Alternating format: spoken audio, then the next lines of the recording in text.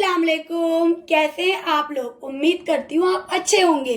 और अगर 1% आप अच्छे नहीं हैं तो मेरा ये प्यारा सा व्लॉग देखकर आप अच्छे हो जाएंगे, क्योंकि आज मैं आपको लेकर जा रही हूँ नैनीताल, जहाँ पे इतना मज़ा आया, हमने इतना एंजॉय किया। यहाँ का वेदर, यहाँ का मौसम भाई इतना शानदार था। कभी बादल, कभी बारिश, कभी धूप, कभी छाँव।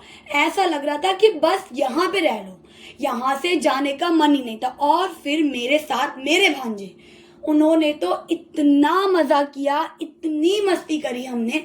उनके साथ जाकर लगा कि हाँ, लाइफ इंजॉय कर ली भाई। 1% तीनों ने बोर नहीं होने दिया और इतनी मस्ती करी हमने, इतना मज़ा आया। झील के किनारे बैठकर इतना सुकून मिला, दिल को ऐसा सुकून मिला कि कभी घर जाने का मन ही नहीं था। और हम तो झील के किनारे बैठ गए, हमने बोटिंग भी कर ली, मस्ती भी कर ली, लेकिन भाई साहब हमारा अज्जू, जिसको वहाँ की बारिश से लग गई ठंड, ओ भाई इतनी ठंड कि वो बच्चा बिल्कुल ऐसे हो गया जैसे कुल्फी।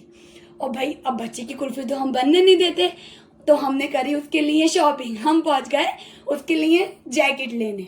भाई हमने उसकी जैकेट इतनी ट्राई करी, लेकिन 1-2 दुकानें विजिट करने के बाद हमें उसके लिए जैकेट मिल गई। जैकेट तो उसको थोड़ी सी बड़ी आई, लेकिन हाँ, उसको ठंड से थोड़ी राहत मिल गई।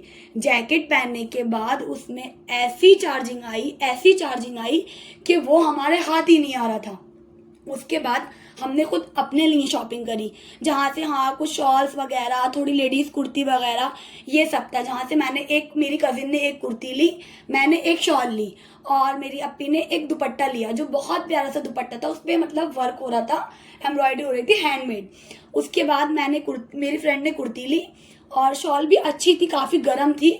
वो मैं आपको वीडियो में दिखाना भूल गई, क्योंकि मैं ध्यान नहीं रहा मुझे। और भाई वहाँ का वेदर मेरे इस फ़ोन में इतना अच्छा नहीं आया है, लेकिन हाँ, आईफोन वालों के भाई मज़े हैं। मतलब नैनीताल जाओ तो आईफोन लेकर ही जाओ, क्योंकि वहाँ पे जो वेदर था, वहाँ पे जो बादल ऐसे बिल्कुल नीचे आ रहे थे, वो उस आईफोन में ही है। फिर उसके बाद हमने थोड़ी बहुत और शॉपिंग करी, हम बैग्स वगैरह लिए, लेकिन भाई बैग थे इतने महंगे, कुल 1500, कुल 2000। उनका कुल लगाना हमारे लिए ऐसा था भाई, ना हमें नहीं चाहिए। उसके बाद हमने थोड़े बहुत यहाँ पे शॉपिंग करी, बैंगल्स वगैरह देखे जो मेरे हाथ में फिट नहीं थे, क्योंकि मेरा हाथ थोड़ा सा पतला है। हाँ, मेरी फ्रेंड के फिट हो जाते, लेकिन मैं उसके लिए भी लेना भूल गई।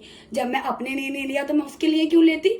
फिर भाई इन बच्चों की मस्ती कभी ना ख़त्म होने वाली, मतलब ऐसी मस्ती कि हाँ, यहाँ पे शूट करो, ऐसे शूट करो, यहाँ चलना है, वहाँ चलना है, ये खाना है, वो खाना है।